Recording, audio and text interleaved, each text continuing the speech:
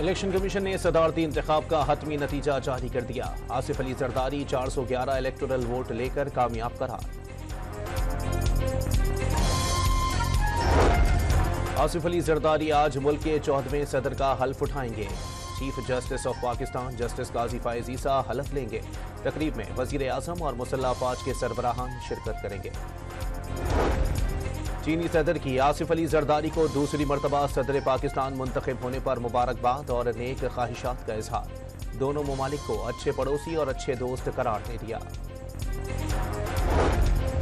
आम इंतखाबात में मुबैना धांधली के खिलाफ तहरीक इंसाफ के एहतजाज की तैयारियां मुकम्मल।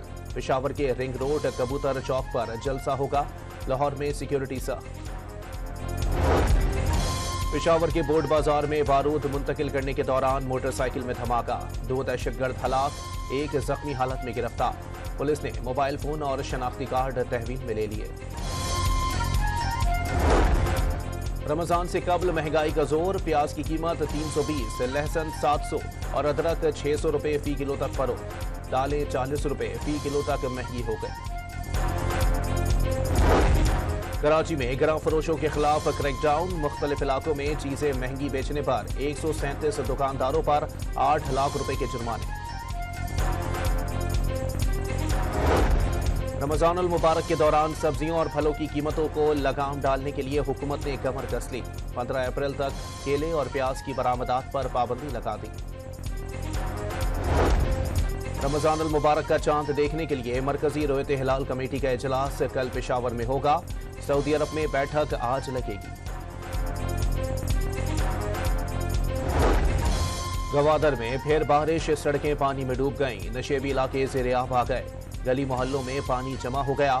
सऊदी अरब का गवादर के लिए इमदाद का ऐलान।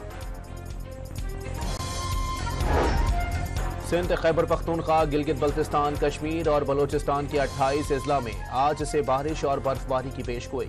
कराची के मुख्तलिफ इलाकों में हल्की बारिश। कराची सेंट्रल जेल के रिहायशी क्वार्टर्स में गैस इखराज से आतिशज़दगी। पुलिस एहलकार, अहलिया और 6 बच्चे झुलसकर जख्मी।